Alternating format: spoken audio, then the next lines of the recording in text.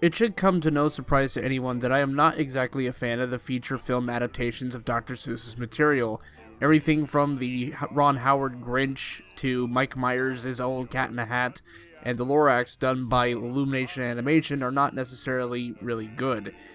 Currently, there are two feature adaptations of the Grinch. To give an analogy of Universal Studios' treatment of the property, I would compare Universal's films to a college student's essay. The first draft the student makes is complete trash with some good marks on punctuation, and the final project he makes, the student takes the project, edits the stuff that didn't work, added some new conventional textbook stuff, and turns it in a brand new cardstock. This film is that final project. Illumination's The Grinch is surprisingly decent, all things considered. The Ron Howard film was overt in its message that it just came off as white noise of anti-commercialism. In this new take, they don't make the morals obvious. It doesn't look ugly, and the Who's actually look like the Who's from the book. Are there still problems with this new take? Yes, but not as many as the Howard version. What I liked most about this film was the animation, art direction, and character design. It took cues from the Howard version and the original book, with some liberties that I don't mind that much. Some of the comedy here is funny, and some jokes are not as great as they want it to, especially with a yelling goat character. One of my favorite jokes actually comes from some carolers towards the beginning of the film, which I dare not spoil. I felt like the story was a bit more fleshed out, with some much needed characterization for Sidney Lou Who, whose story ties into the Grinch's plan tightly in a neat bow. The themes of the original story are held intact amongst the comedy, and it could have been lost, but they actually listened from the previous version and said, you know what, let's not put a bunch of commercialization into the film, let's just narrow it down and just make it simple. But there are some things that held this from being a great adaptation. For as much as I love Benedict Cumberbatch, I couldn't feel the menace that the Grinch needed. The Grinch is a jerk, but I didn't really feel it. The narrator was a bit too cheery for this kind of story. The previous versions had Boris Karloff and Anthony Hopkins, but here we have Pharrell Williams. He is a great musical artist, but he doesn't really add much to the story in terms of narrative weight. There are parts of this film also where the narration wasn't even needed. Animation lends itself to showing and not telling. We get he has some sort of PTSD from Christmas in his past, but the narration added almost nothing but repetition. The story is a bit mediocre as well, with this film really gunning for giving the Grinch a backstory as to why he does what he does.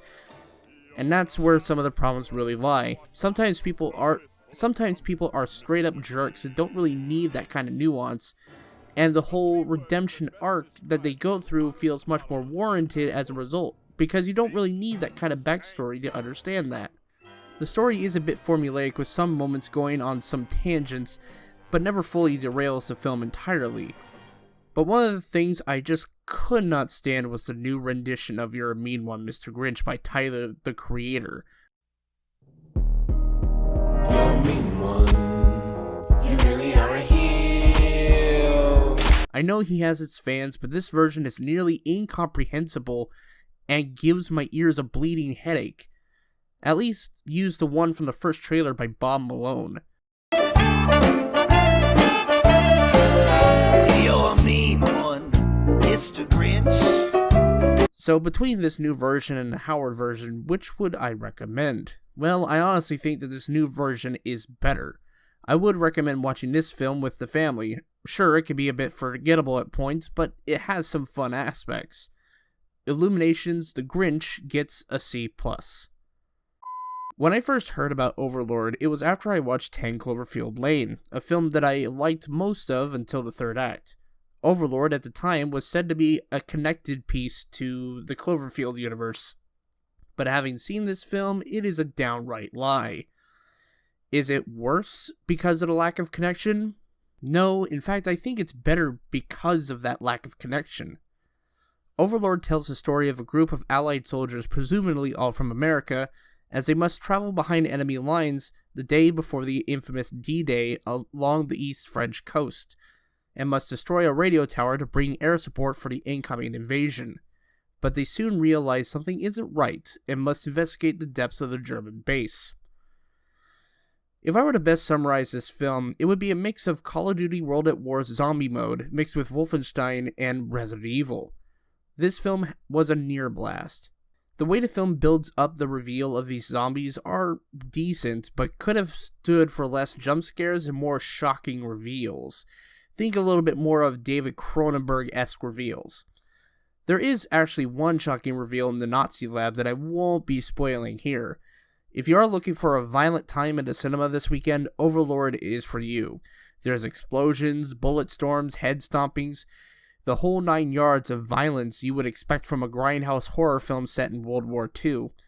I love the way they introduced the title of the film. It is an odd thing to point out, but it's very unique and very rare in this day and age, where everything's just so modernized, and it goes back to something a little bit classic, like something you would see from the 50s and 60s. However, what kind of ruins that sort of feel is, well, the way it's shot. If it was shot on a different aspect ratio and actually had a little bit of a color grading and maybe some film grain added to it to match that sort of tone and feel, it probably would have been a better choice. But because they only put the title there, I don't know, it just doesn't really fully match up in terms of aesthetics. The story is simple and to the point. There are times it does waste a little bit of time, but not enough to where the film is sidetracked. Almost everything has a purpose. The characters, however, don't have much in the way of further character development.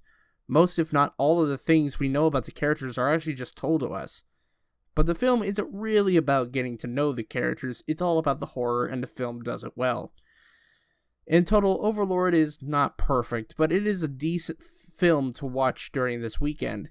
If you are looking for a violent massacre of Nazis and zombies, you are going to be in luck.